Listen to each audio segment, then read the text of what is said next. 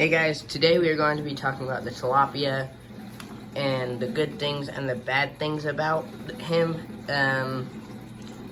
And the bad things about him is they are really aggressive. I have him in with my catfish, my bullhead catfish Tom. He's about 10 inches long and he gets beat up, so I put part of a bottle in there and covered it with rocks and stuff, and he's been safe ever since, but he's got bite marks and stuff all over him, and his fins are torn up.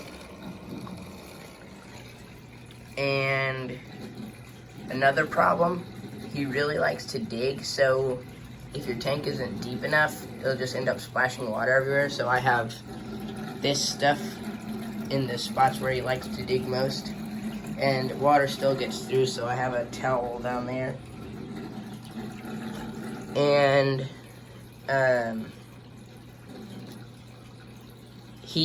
whenever he was little, he killed all of his siblings, and he's also killed a fish that was bigger than him, which was a largemouth bass. He killed it. And moving on to care for them. First of all, my tank is too small. It's only a 20-gallon, but I do have really good filtration. I have 2 filters on it, circling, so everything circles into the intakes, and also a pump in there, pushing water further. Also, the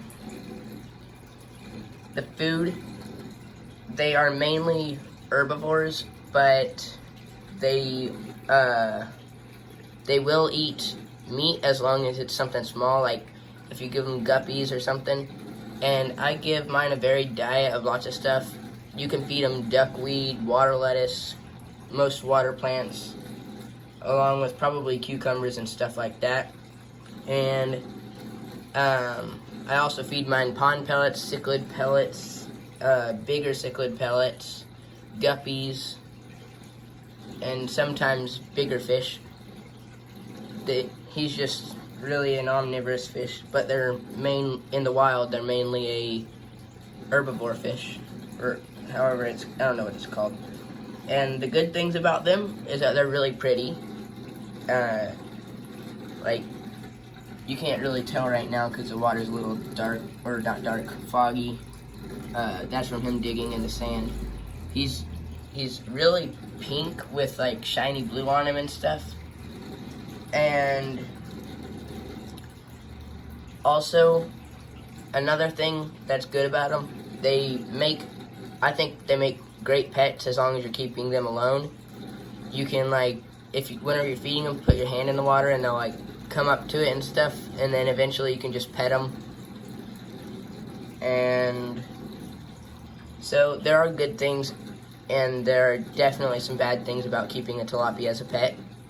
But I think I would recommend keeping a tilapia as a pet if you want a bit of a challenge, or if you just want a really pretty fish. But you will need good filtration, because these things, they produce a lot of waste.